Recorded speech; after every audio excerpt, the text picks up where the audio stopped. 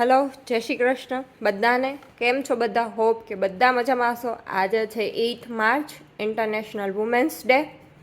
તો મમ્મીએ વિચાર્યું હતું, લાસ્ટ યર મમ્મી આ વસ્તુ વિચારી હતી કે યોગિતાબેન જોડે એક મારે વિડીયો બનાવવો છે વુમેન્સ ડેનો, પણ એ યરે સમથિંગ કંઈક પ્રોબ્લેમના લીધે ભાઈ વિડીયો બની નહોતો શીખો. તો આજે તો 8 માર્ચ જ છે, જો 8 માર્ચ જ છે, પણ ફાઇનલી આજે વિડીયો કામ બધું પેન્ડિંગ મૂકીને પહેલાં આપણે વિડીયો વ્યુઅર્સ માટે બનાવશું. તો મમ્મી શું કહેશો? આજે ઇન્ટરનેશનલ વુમેન્સ ડે છે, ઇન્ટરનેશનલ મહિલા દિવસ છે. આપણે થોડુંક ગુજરાતીમાં પણ રાખશું, જેથી કરીને બીજા લોકો આપણા વ્યુઅર્સ હોય, જે ગુજરાતી વ્યુઅર્સ હોય એ સમજી શકે. એવું નથી કે ઇંગ્લિશમાં જ બોલશું. આજે આંતરરાષ્ટ્રીય મહિલા ડે દિવસમાં થોડુંક બોલવામાં લોચો થઈ ગયો હોય. મહિલા દિવસની શુભકામના, હેપી શુભકામના. મારા યોગિતાબેન છે. યોગિતાબેન વિશે કેટલો ટાઈમથી કેવું હતું કે કેવા અમારા ઘરે છે ને આવે છે યોગિતાબેન, 4 વર્ષથી આ કામ કરે છે. કેટલો ટાઈમથી ઈચ્છા હતી કે યોગિતાબેનનો વિડીયો બનાવવો છે. તો એવી મહિલા છે કે પોતે એકલા જાતે કમાય અને છોકરાઓને ભણાવે, મમ્મી પપ્પાને સાચવે, એના ભાઈ બહેન છે અપંગ એને સાચવે છે. પોતે બધું કામ કરીને પાછો ખેતીનું કામ હોય તો અહીંયા બધું કામ કરીને નવસારીમાં સિટીમાં, ને પછી પોતે પાછા ઘરે જાય તો બપોર પછીનું કામ હોય તો એ ખેતરનું કામ કરી લે, સાંજ સુધી રસોઈ કરે. તો આખો બધું એની ઉપર જ છે, આખા ઘરનું. એટલે મહિલા ધારે ને બધું કરી શકે, બરાબર ને?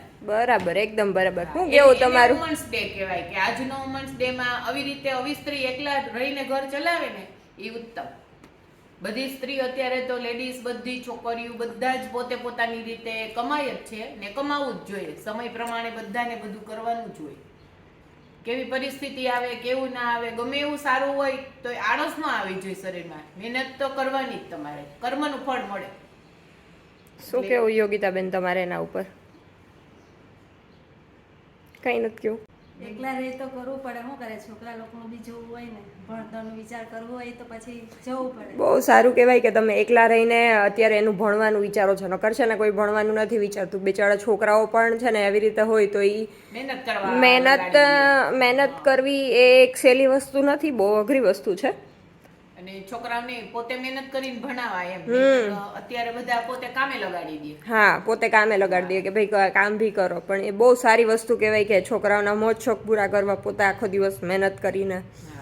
આ તો એક છે, પણ આવી તો અનેક સ્ત્રીઓ હશે જેને આપણા કોન્ટેક્ટમાં ના આવ્યા હોય. એ બધાને સેલ્યુટ છે, કેમ મમ્મી? આપણે તો ખાલી ઘરમાં બેસીને કરીએ છીએ. એટલે આપણે બધા આપણી રીતે આપણે બધું કરીએ જ ને. હા, આવી રીતે ભલે ગમે એવું સારું હોય તો મહેનત તો કરવાની જ. એવું નહીં કે સારું છે એટલે ચાલો નહીં, મહેનત નહીં કરવાની કે નહીં આ કરવાનું. એવું તમારામાં કેપેબિલિટી છે તો એને બહાર લઈ આવવાની ટ્રાય કરો. કારણ કે અત્યારની જનરેશન, આ ફોરેન કન્ટ્રીઝ બધા આગળ છે. શું કામ આગળ છે? કારણ કે બધા વર્ક કરે છે, બેય વર્ક કરે છે. અને વુમેન્સમાં એટલી કેપેસિટી હોય જ છે કે ઘરનુંય સંભાળી શકે, ને જોબ કરતી હોય ને તો એ 110% સંભાળી જ શકે, છોકરાઓય સંભાળી શકે. શું કેવું મમ્મી તમારું? શક્તિ છે, સાચી વાત ને? શક્તિ છે, બધું કરી શકે.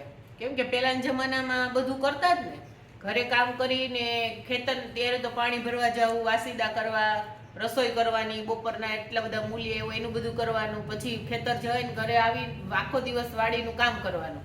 પછી રાતે આવીને ભેંસ દોવાની, કામ કરવાનું. કેટલું બધું સ્ત્રીને કરવાનું જ હતું ને. પુરુષ હારે સ્ત્રી હારોહાર કામ કરતી હોય, પાછું તો રસોઈ તો અલગ કરવાની. એટલે સ્ત્રી તો બધું કરી જ શકે, બધું ધારે કરી શકે. તો બસ એવું જ છે.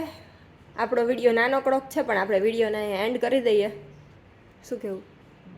બરાબર ને મમ્મી? કે કંઈ તમારે કેવું છે? બરાબર ને? તો બસ, જય Shri Krishna. Once again happy women's day to all. Happy women's day. જય Shri Krishna. Happy women's day. જય શ્રી કૃષ્ણ.